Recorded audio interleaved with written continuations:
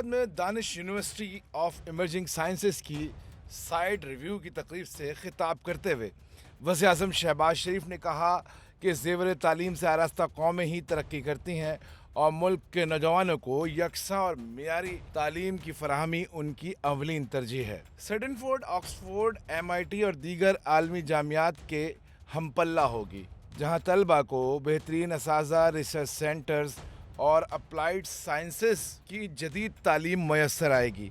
उन्होंने ऐलान किया कि अगर अल्लाह ने चाहा तो 14 अगस्त 2026 तक इस यूनिवर्सिटी का पहला मरहला ऑपरेशनल हो जाएगा। शहबाज शरीफ ने कहा कि ये इदारा हुकूमत से आज़ाद एक खुद मुख्तार फाउंडेशन के तौर पर काम करेगा, जैसे पंजाब में कायम Pakistan kidney and liver institute. वज़ीर आज़म शहबाज शरीफ ने साबिक chief justice Faez Isa, chief justice Yahya Afridi और वज़ीर कानून का शुक्रिया अदा किया कि जिन्होंने उन 190 मिलियन पाउंड की खतीर रकम कौमी खजाने में मुंतकिल करवाई। उन्होंने कहा कि दानिश यूनिवर्सिटी में मेरिट की बुनियाद पर दाखिले दिए जाएंगे और वसाइल ना रखने वाले ज़हीन तलबा को मुकम्मल वज़ाइफ दिए जाएंगे। यूनिवर्सिटी में ग्रेजुएशन और पोस्ट ग्रेजुएशन की तालीम दी जाएगी, जबकि दानिश स्कूलों के होनहार तलबा के लिए भी दाखिले का ख़ास निज़ाम वज़ा किया गया है। वज़ीर आज़म ने कहा कि ये मंसूबा मुल्क में जदीद तालीम के एक नए दौर का आगाज़ करेगा।